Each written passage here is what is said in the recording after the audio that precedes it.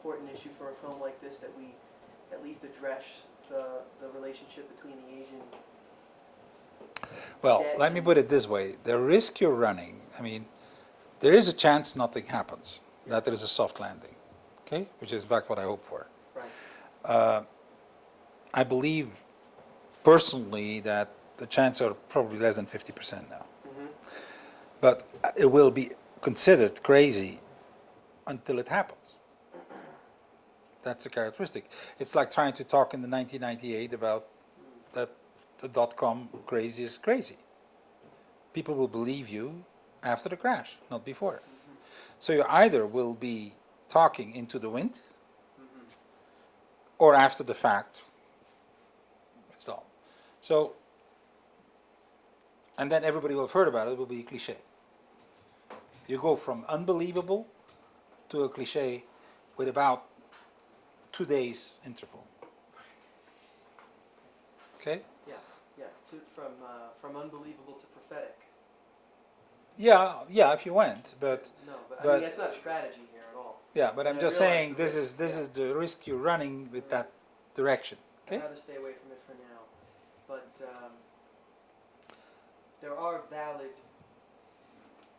points. The way you could go with this, if you want to go with this, is the system sustainable, you know, Great. Let's do which is that. basically what we talked about. Yeah. Already talked about that. We did, but can We we went- relate it to the dollar? Well, yeah, the dollar is the next possible currency that Yeah. with number 89 or 99 or 90 will be the one. You know, we have 89 other ones, so it's not particularly so extraordinary. Mhm. It just happened to be the biggest one.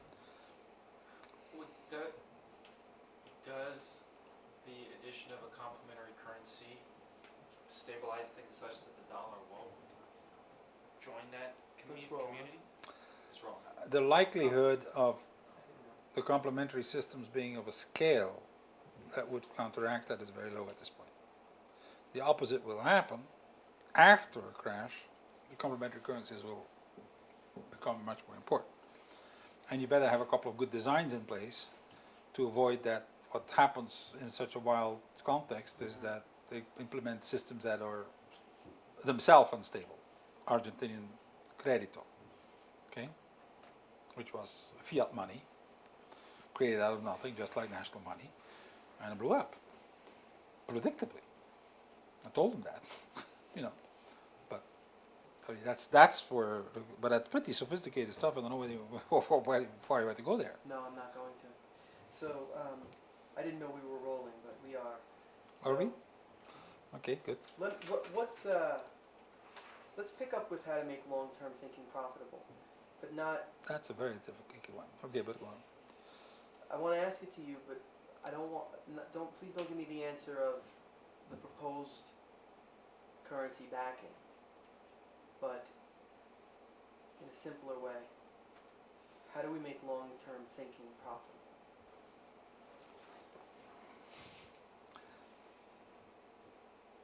The only way whereby we can have systemic long-term thinking profitable is to inverse the process of interest. This sounds very strange because we've gotten used to interest for the last 500 years, and therefore we cannot even think that it could be inversed. Technically that's called a demurrage, which is a word that comes from the train times, the railroad times. When a railroad unit, a railroad wagon, was unused, you were paying a fee for not using it in order to motivate you to circulate it. That's the demurrage. That's where the word comes from. Another way of putting it is a parking fee for money. Now, when you have a parking fee for money, the dynamic of that particular currency is completely different. One of the things it would do is circulate rather than being accumulated. The second thing it would do, it will make you think long-term thinking profitable. And of course that's difficult to imagine because we are not familiar with that for a long time. We consider that short-term thinking is the only profitable thing that we need to do because we always look through the same lens, which is a money system with positive interest rates. Now, when you have a negative interest rate, then suddenly the world looks different. And this is not theory. The Egyptians had it for 1200 years, and the Central Middle Ages had it for 250 years. And it's the same time period where buildings were built that would last forever.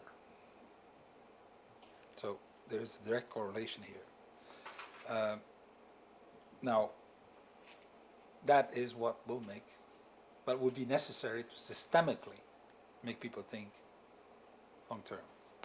The only other ways that we have, which in my opinion will not be effective, is either regulate things. You regulate everything so that people are obliged to do it differently than they would spontaneously do, or educate them, make them feel ashamed for doing things that would be hurtful to their grandchildren. Well, we have been trying to do regulation and education, for example, on drugs for quite a while, but if it's profitable to sell and produce drugs, people will do it. So we need the three factors aligned. You need to have the regulation, the education, and the financial motivation lined up in the same direction if you want to have something really effective. How do you do that, besides the demarrage? Well, it cannot happen with the current money system. It would require another money system. It's the one I describe as the Terra. That's the one that I believe would be possible. Can you tell us a little about the terror in 5 or less sentences?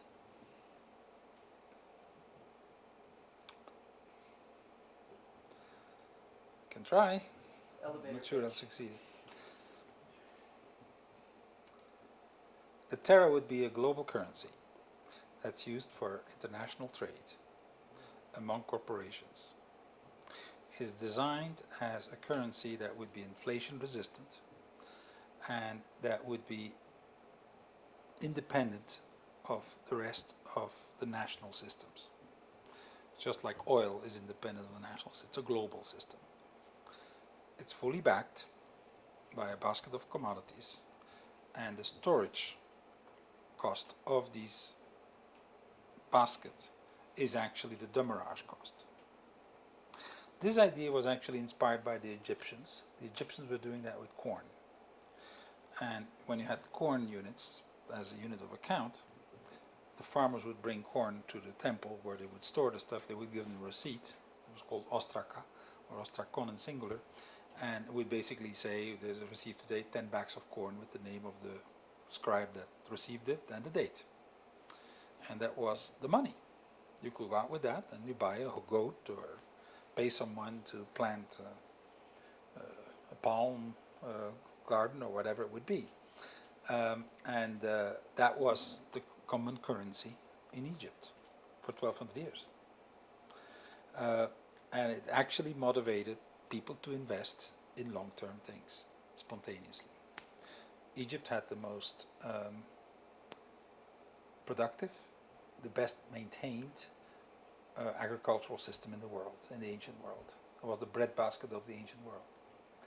In 343 BC, the first foreign aid was when Athens had a agricultural crisis, was starving. The Egyptians sent food to voluntarily. The first international aid program was produced from that particular economy. So it is a way of, it can work. It can work. What's so valuable about circulation? Well, the way we describe wealth in economic terms is by circulation of money.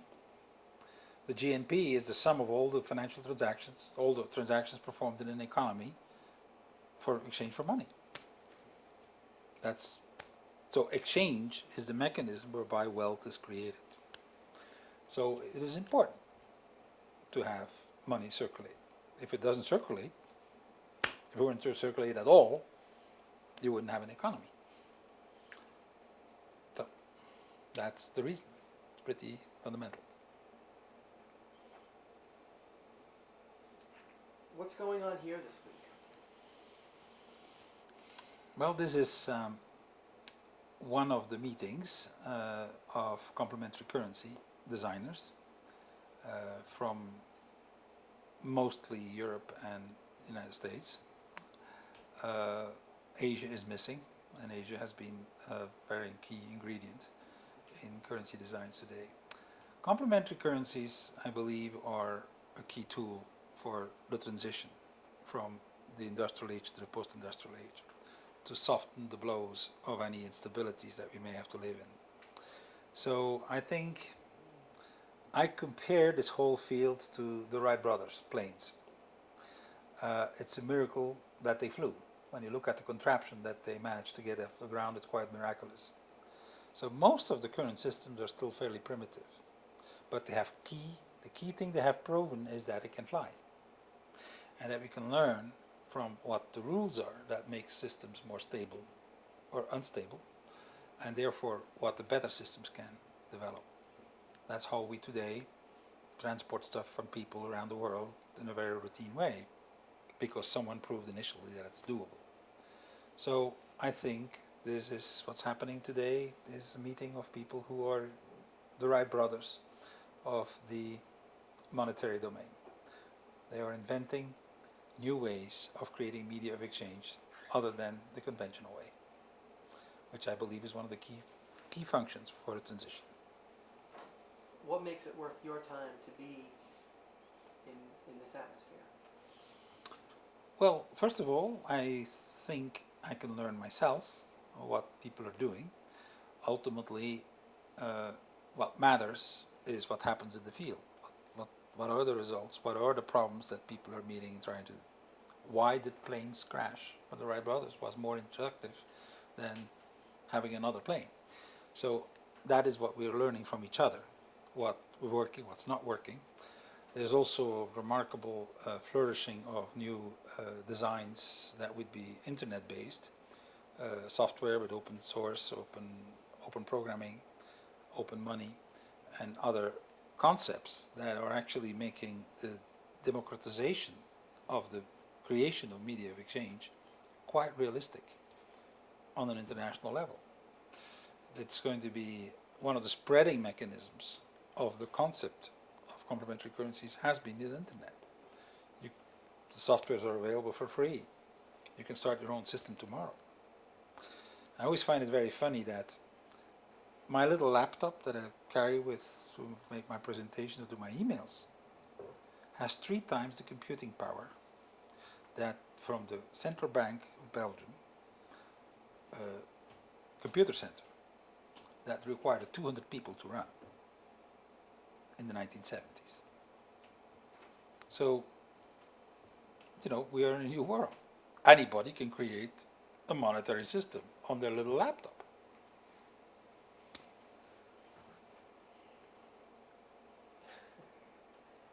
Great question. I'll get back to that. What are the implications for the future on these pioneers getting together here to do this kind of work?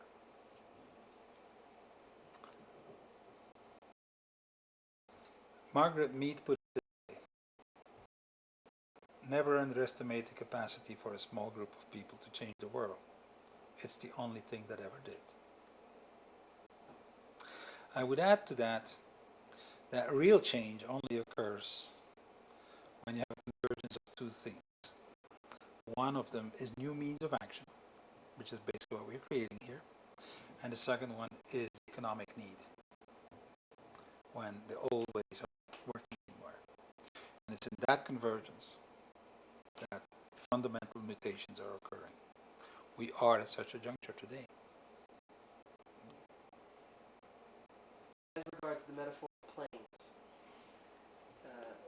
there are principles of aerodynamics that are taken advantage of to enable planes to fly. What are the equivalent principles of money?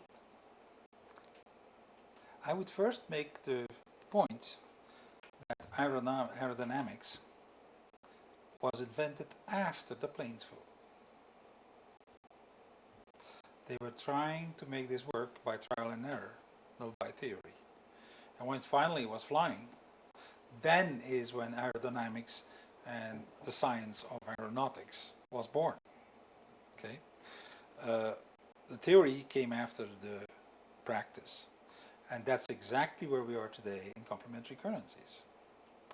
The theory is way behind practice. We're also working on some theoretical concepts, but actually the fundamental starting point is people are doing it, and things are making a difference. At small scale today, this is all small scale in my opinion. It's the Kitty Hawks. You know, you didn't go to New York from Florida with it. They flew, what was it, 50 yards, and that was the achievement.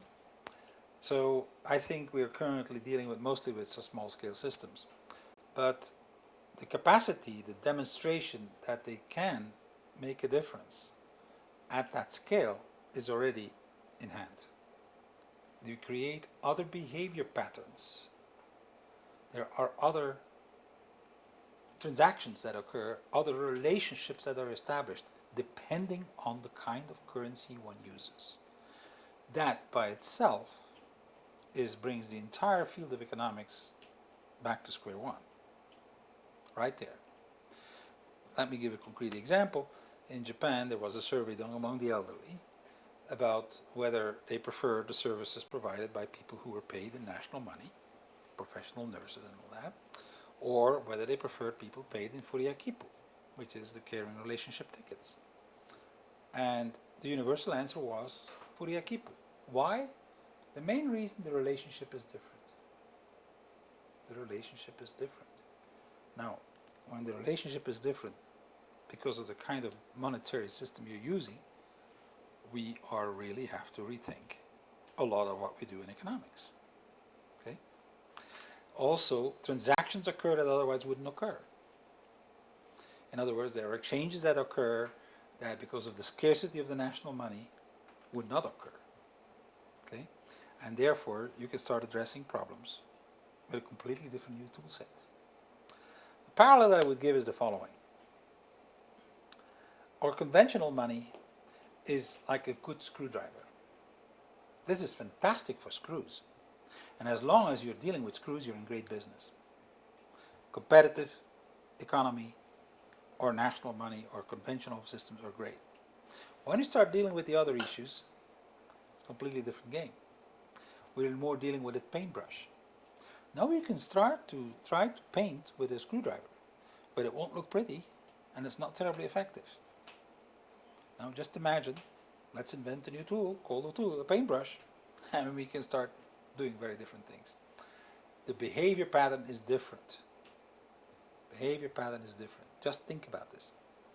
So we can create society that actually encourages behavior patterns that are different from the one we normally find, that addresses the problems that we're dealing with. Let's invent a toolkit with a paintbrush and a screwdriver.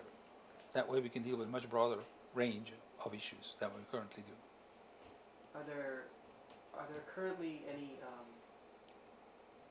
what are the important dynamics at play for people to keep an eye on in the national currency realm, especially the dollar?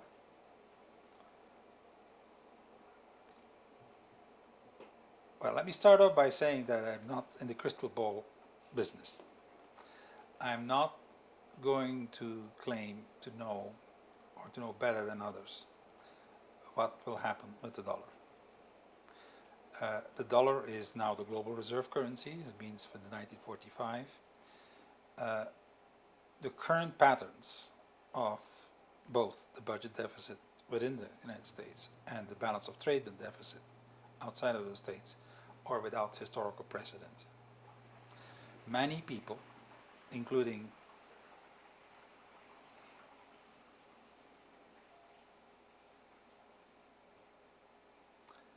many monetary luminaries, American monetary authorities, are now saying that the dollar is in trouble, that the reserve status of the dollar is in question, and that the consequences of that would be very, very somber for the United States and for the world.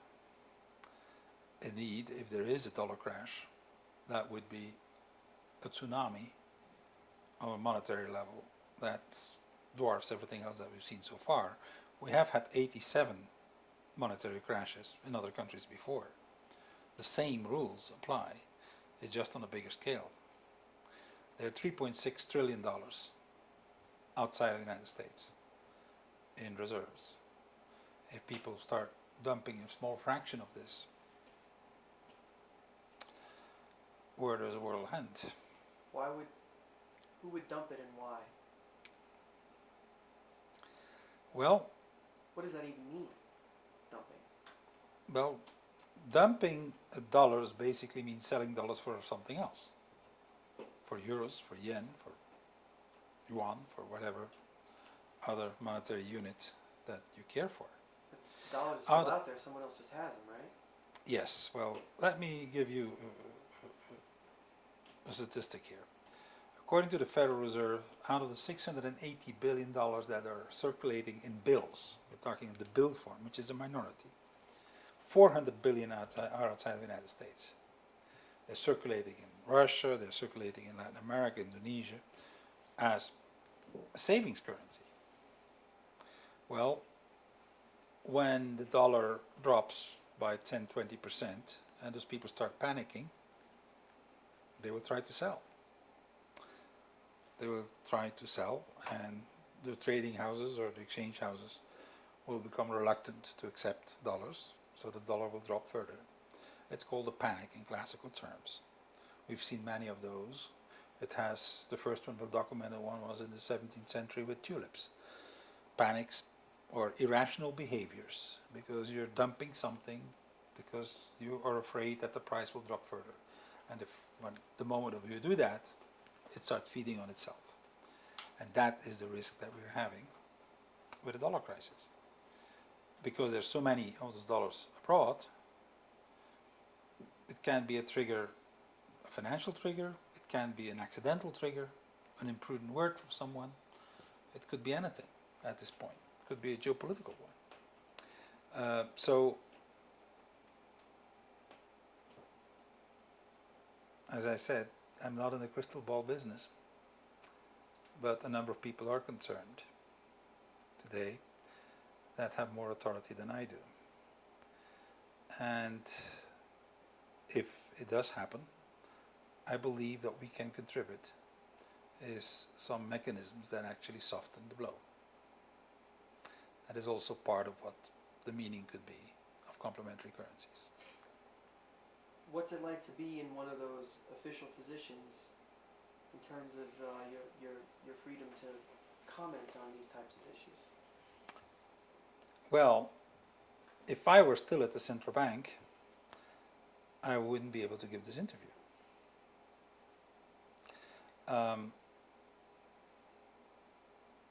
If Paul Volcker was still in charge of the Federal Reserve, he would not be able to say what he's saying. And the reason is that if Greenspan or his successor was saying that, the next morning it has happened. The problem in the financial and the monetary domain is what's different with physics. If I take a pen, it's not because I believe it will not drop that it will not drop. If I let it drop, gravity will do its job, whatever I think about it. In the financial and monetary domain, what I think will affect what happens. And the more convincing, if I'm in a position of authority, then everybody else will start believing what I say, and therefore you will actually create what you're forecasting.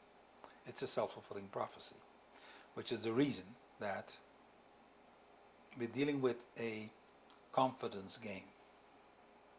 Money has its value because of a confidence game. And it's a chain of confidence. It's a belief in a belief that someone else will continue to accept that piece of paper as worth something. When that belief breaks, not much left. It's very metaphysical, actually, but look, I actually don't have the intention of doing the crystal ball thing, really. I really just want to find out what the dynamics at play internationally are. Okay. So, most Americans had heard something about China and Japan and Asia, and really don't understand it. What does China and Japan and Asia and their financial situation have to do with ours, not as a trend, but long term and short term? The United States imports more, 6% more than what it produces. That means basically that when Walmart imports cheap goods from China, basically it sends out to China dollars. Okay? And the dollars don't have a place to go because there's nothing to buy back from the United States that people in China want to buy, or at least not enough. There's a 6% difference. So this accumulates. Now, central banks are in the job of buying back the dollars that are in excess and keeping it as quote-unquote reserves. The largest reserves today are in Japan. The second largest are China. The fourth largest are Korea. Do they want to buy forever dollars, particularly if everybody believes that the dollar will have to drop further in value? And under the best assumptions, quote unquote, the soft landing, the drop of the dollar still has to continue for quite a while. So that is the financial argument of why does it make sense to keep accumulating dollars, or should you diversify your reserves in a way that when the drop of the dollar continues, you don't lose everything that you do. Is there some sort of cycle that United States and Asia is caught in, whereby we import more, but we're their greatest market, so they feel an Sure. obligation to accept our dollars? Yes, there is a mutual interest. Nobody has an interest in creating consciously a dollar crash. Okay? Just like nobody had an interest in creating a dot-com crash, or a tulip crash in 1637, or a real estate crash in Japan in 1990. That's not how crashes happen, by someone making a rational decision that this is a good thing to do. Nevertheless, we know that crashes happen, and they happen when an elastic is pulled a little too long. Most countries in the world have been living on a very tight monetary string. You're not going to go much further than that. The United States has been living on a monetary elastic. And the elastic can go quite a while. But an elastic is also finite. And when it snaps with a vengeance. That's the risk we're running. What about the real estate market? A lot of Americans look to that now as the place to safely invest. How is that tied into the current monetary phenomena?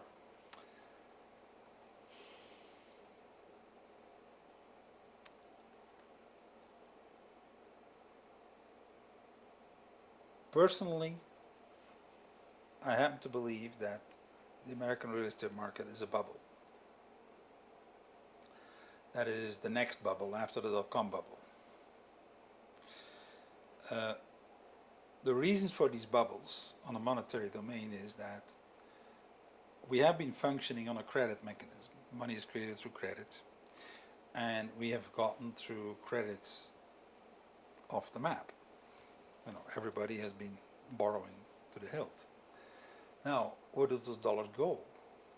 They have to go into something, and they keep looking for things to quote-unquote invest in. They've done it in the stock market, they've done it in the real estate market. Now, there's still bubbles. And bubbles burst. Now, whether the American real estate market will burst on its own, which is what many people currently believe, is one possibility. If there is a dollar crash, that will puncture the real estate bubble immediately. So it can happen either independently of a dollar crisis or it can happen with a dollar crisis. But it will have to happen someday. And yes, it can go on for another year or two, and it could have another increase of 20–30%. Back to any other bubble. Any bubble has the same mechanism. What's causing this so-called bubble? The way it relates to the monetary domain is when you have an asset, whatever the asset is, that can be used as collateral to borrow more money, then by definition you feed on yourself. Okay? So in other words, when you had your house that you bought for $100,000 or $200,000 and now it's worth $400,000, and the thing you do with it is borrow money to $350,000 and then reinvest that in a bigger house or in another piece of real estate. That's how bubbles create. When the money creation process is fed by the inflation on the asset itself, then it feeds on itself. And there's only one way of resolving that, which is the crash. There is no easy soft landing for these things. We've had lots of examples. Japan in 1990, the area of the real estate of the Royal Palace was worth all of California, and the real estate for 3 miles outside the Royal Palace was worth all of the real estate in America. Well, that bubble went. Okay? I remember visiting a friend of mine in Japan, in Tokyo, who was living in a small apartment, and it was more than $1 million, and 1-bedroom apartment, which wasn't particularly glorious. And he said, I don't dare to sell it because if I have to buy something else, it's going to cost me the same thing. Today, that apartment is worth $200,000.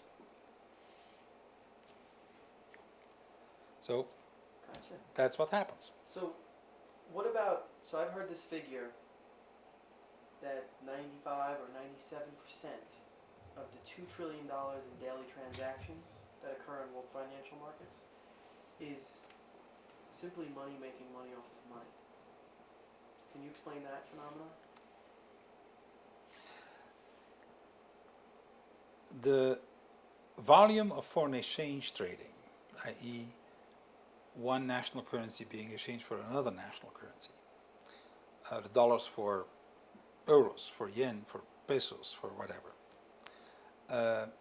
used to be related to the transactions of the real economy, exports and imports, tourists going somewhere. That was actually what was related. That's why you would buy foreign exchange. That was the case in the 1970s still. Today, the daily volume is 2.9 trillion, which means that it's about 50 times bigger than the sum of all the goods and services being traded internationally. So 4% of the reasons for exchanging trade, for exchanging money for another currency today are related to the goods and services of everything you buy and sell in the world. The rest is speculative.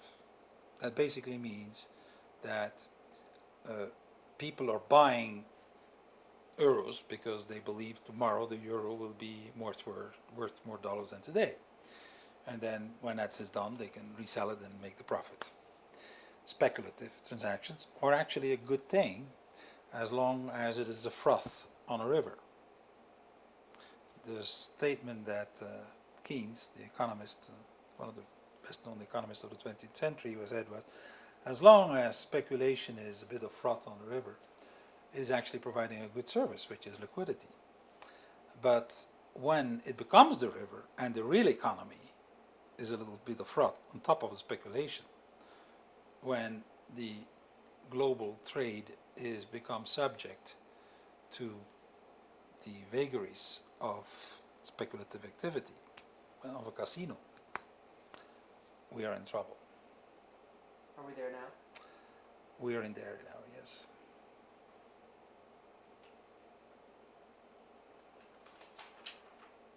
Let me give another image. Okay. Imagine a dog that's 96% tail and 4% dog. Where do you think the dog will go when the tail moves?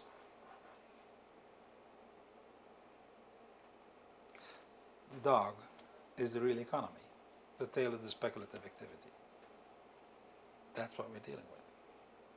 What's the implication on society?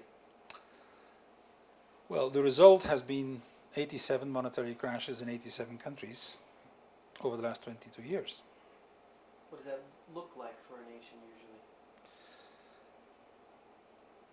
It means a huge mess. It means that every contract that you made becomes meaningless. It means that your pensions become meaningless. It means that your savings are meaningless. Pretty scary.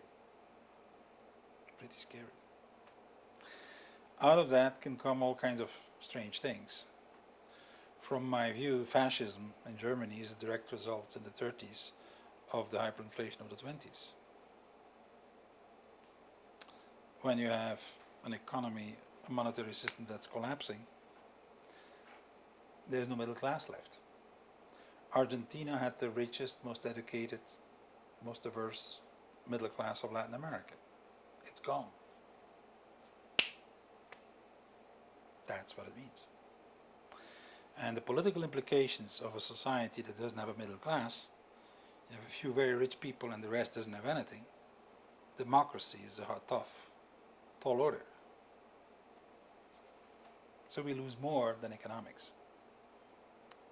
That's what's at stake. That's very powerful. There's a lot of talk these days about privatizing the Social Security system. Is there a way we can have a brief discussion about that without getting in too deep? Bluntly put, a sideshow. I need you to say, because my voice is not in there. Okay. The Social Security debate is a sideshow. The real issues are more serious and are not being dealt with. And the real issues are budget deficits. The real issues are balance of payment deficits. It's the role of the dollar in the future. Policies that make trust in America, that rebuild trust in America. These are the real issues. And Social Security is not dealing with that.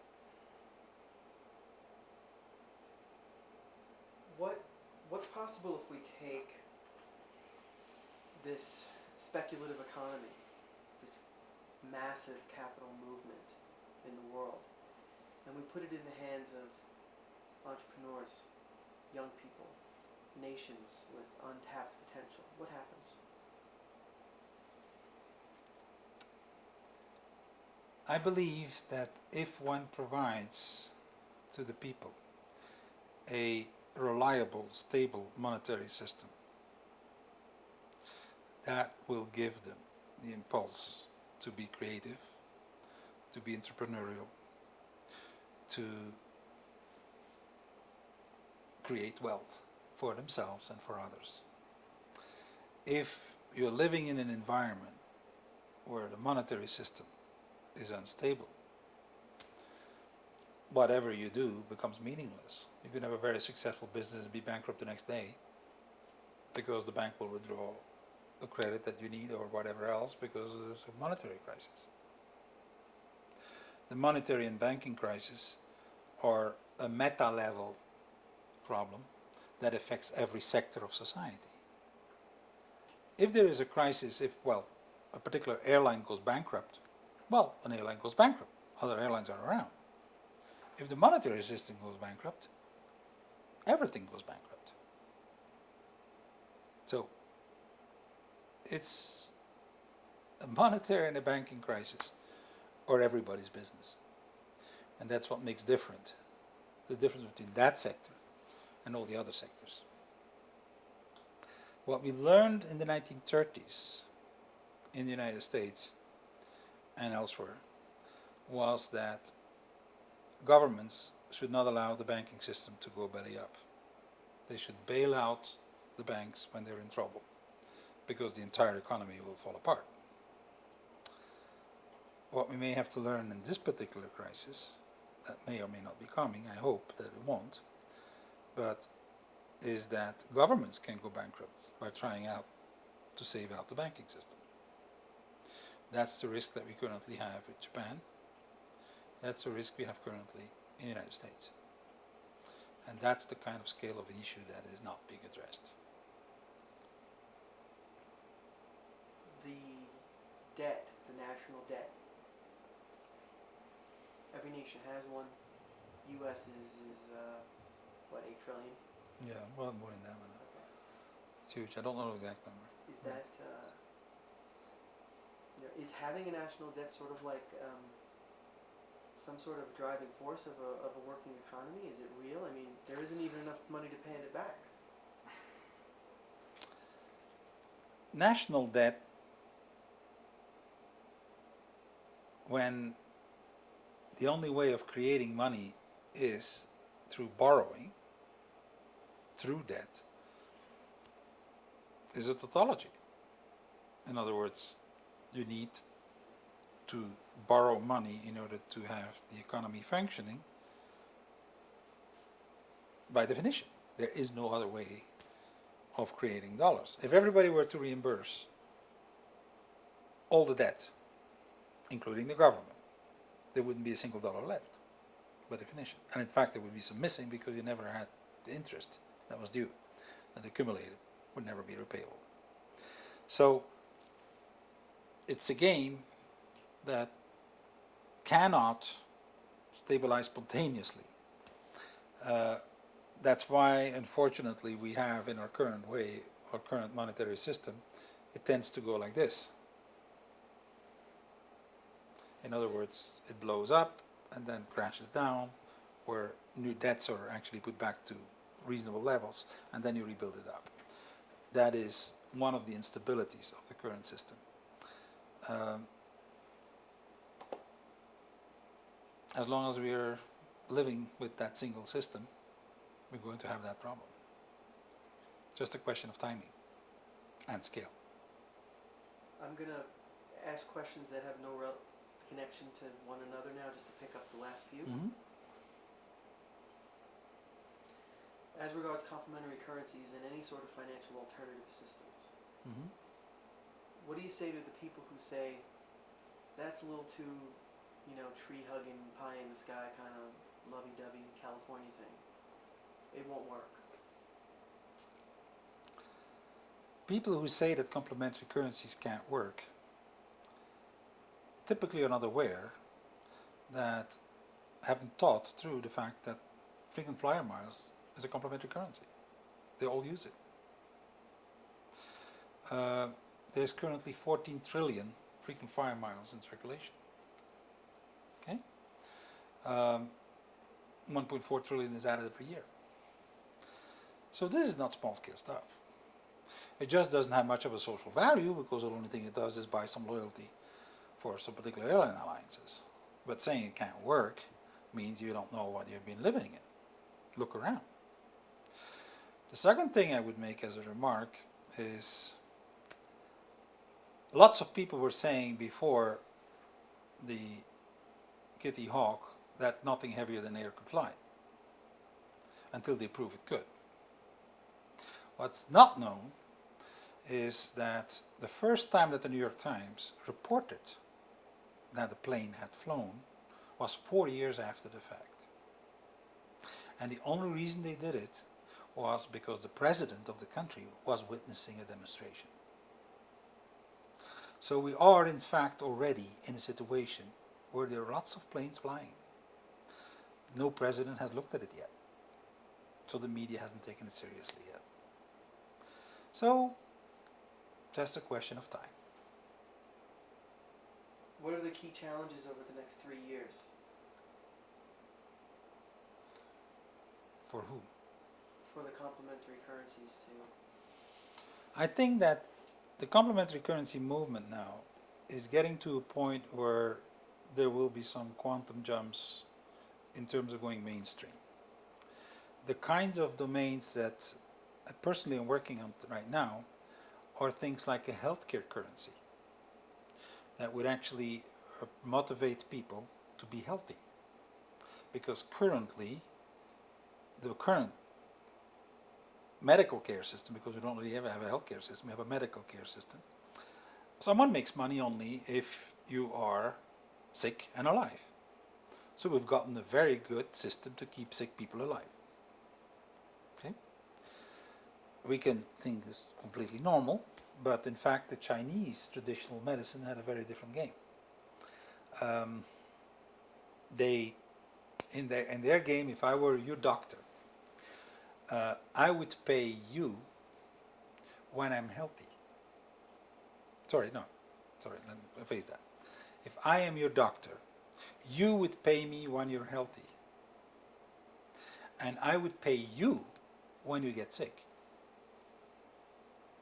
Suddenly, Chinese medicine became very, very good at preventive medicine, which we currently don't pay any attention to. So what we're working on is a complementary currency that actually would give incentives to people to do healthy things. Go to the gym, eat healthy food, do whatever you need to do, buy a bicycle, whatever it needs to do in order to keep you healthy. Okay? And these bonus points could be used for other activities that would be healthy. Create a parallel economy that would provide an incentive for healthcare, for real healthcare as opposed to medical care, to keep you in health. One example. Second example, we're working on a carbon currency in China that would be for large-scale application with millions of farmers there, with biomass being purchased with carbon credits and processed in a way that would actually fix the carbon dioxide and have a carbon negative process and sequestrate it for forever into a fertilizer form. So that's a new currency that would large-scale applications. An education currency, a currency that actually would make it possible for kids to go to learn to university at a much larger scale than is currently the case. Okay? It's a system whereby the credits are actually given to 7-year-olds if they choose a mentor who's a 10-year-old, and a 10-year-old chooses a mentor who's 12-year-old, and a 12 and a 15-year-old, and a 17-year-old. And a 17-year-old finally can go to college. The learning that's happening in the process for both, quote-unquote, the mentor and the mentee is enormous. We have demonstrations of that in America right now with time dollar systems, in ghettos particularly, in underprivileged neighborhoods, where kids are suddenly improving their grades, the dropout rate drops because they have another relationship with both for the mentee and the mentor. So we can create a whole other learning environment,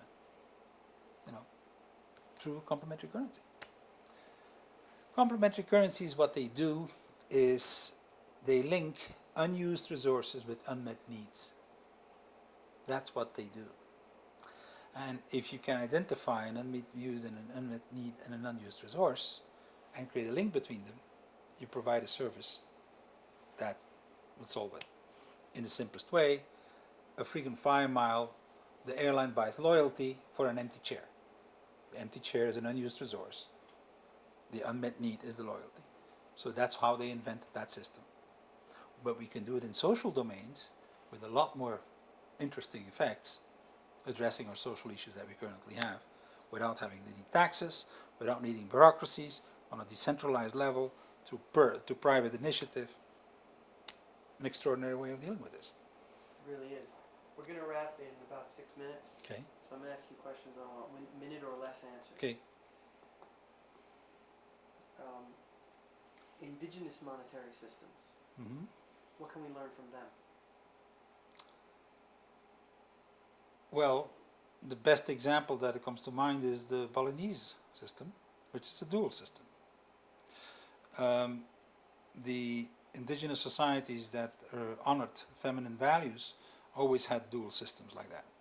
They had one currency that was scarce for long trade and another one for local exchanges that encouraged community. And the two systems can work in parallel. I think we can learn from that. If you could wave your magic wand and create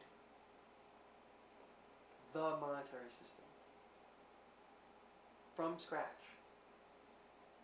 what would it look like? I would get out of the way of the people who want to create a solution to their own problems. I don't think we need a top-down monetary system. We have one. Okay? What we need is get rid of the impediments for the grassroots to address the problems at the level where they know how to do this best. And currently we have already the tools and the concepts ready to do this. Just get rid of the impediments that will try to block these processes, those experimental processes, to occur. That's what basically the best solution is.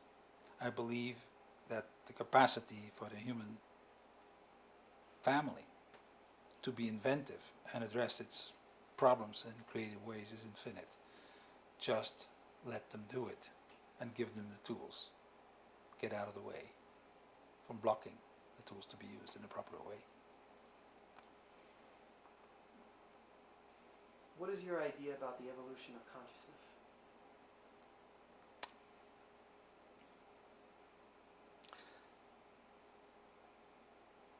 Consciousness, I believe, is primordial. In other words, conscious pre-existed matter. Consciousness is not the product of our brain. Our brain is a manifestation of consciousness. Our brain is a filter that actually creates coherences out of the infinity of impulses and realities that we are faced by. We create one coherent one that enables us to function. So consciousness is a game that creates the reality with itself. And I think consciousness is an evolving process. We are not dealing with a material universe, we're not dealing with a machine, we're dealing with a conscious universe and a learning one. And we're part of the learning process. And we just as well enjoy it, because the learning is infinite. What's the potential that's latent in humanity? Who are we becoming?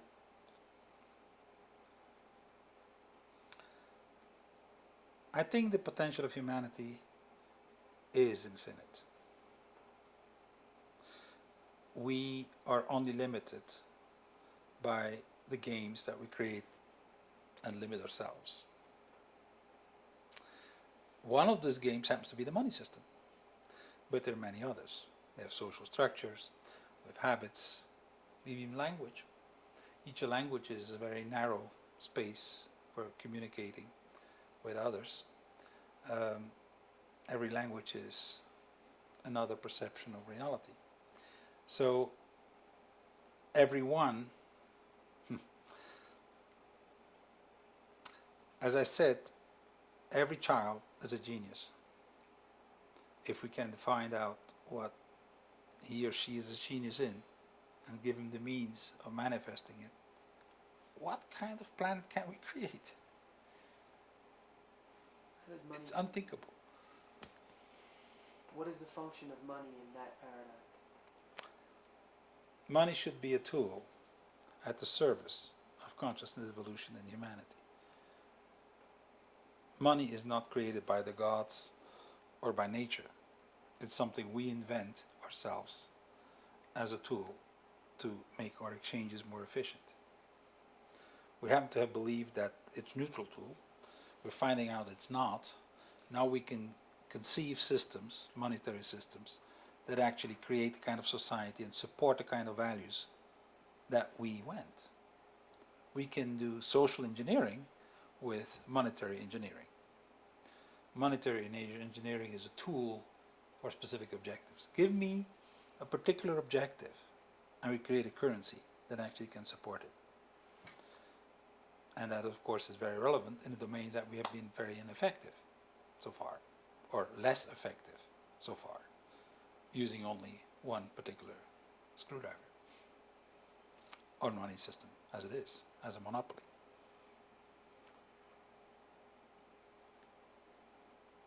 What's the future of money? The future of money is usually conceived as the electronification of money. Most people who talk about the future of money are talking about electronic purses and stuff like that. And that's true, but that's the tip of the iceberg. The future of money is the creation of monetary tools for different purposes. Instead of one single universal tool that does very well certain things but doesn't do very well a whole bunch of other things, we can now create different tools for different purposes.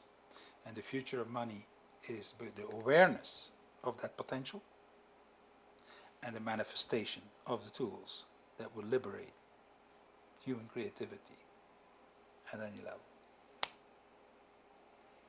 You've got less than 2 minutes tape.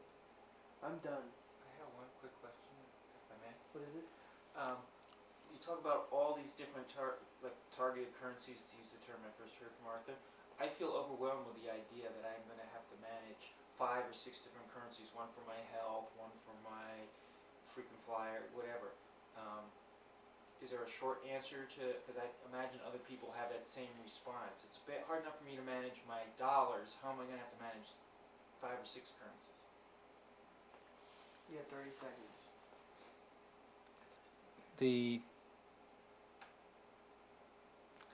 We are currently already using different currencies. We're using different monies for different purposes. You are using frequent flyer miles and you're using dollars. And you can use them.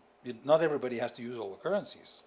If you're not in the education process, I don't see any reason why you should be using an education currency. But if I'm a farmer, I don't see any reason why I shouldn't use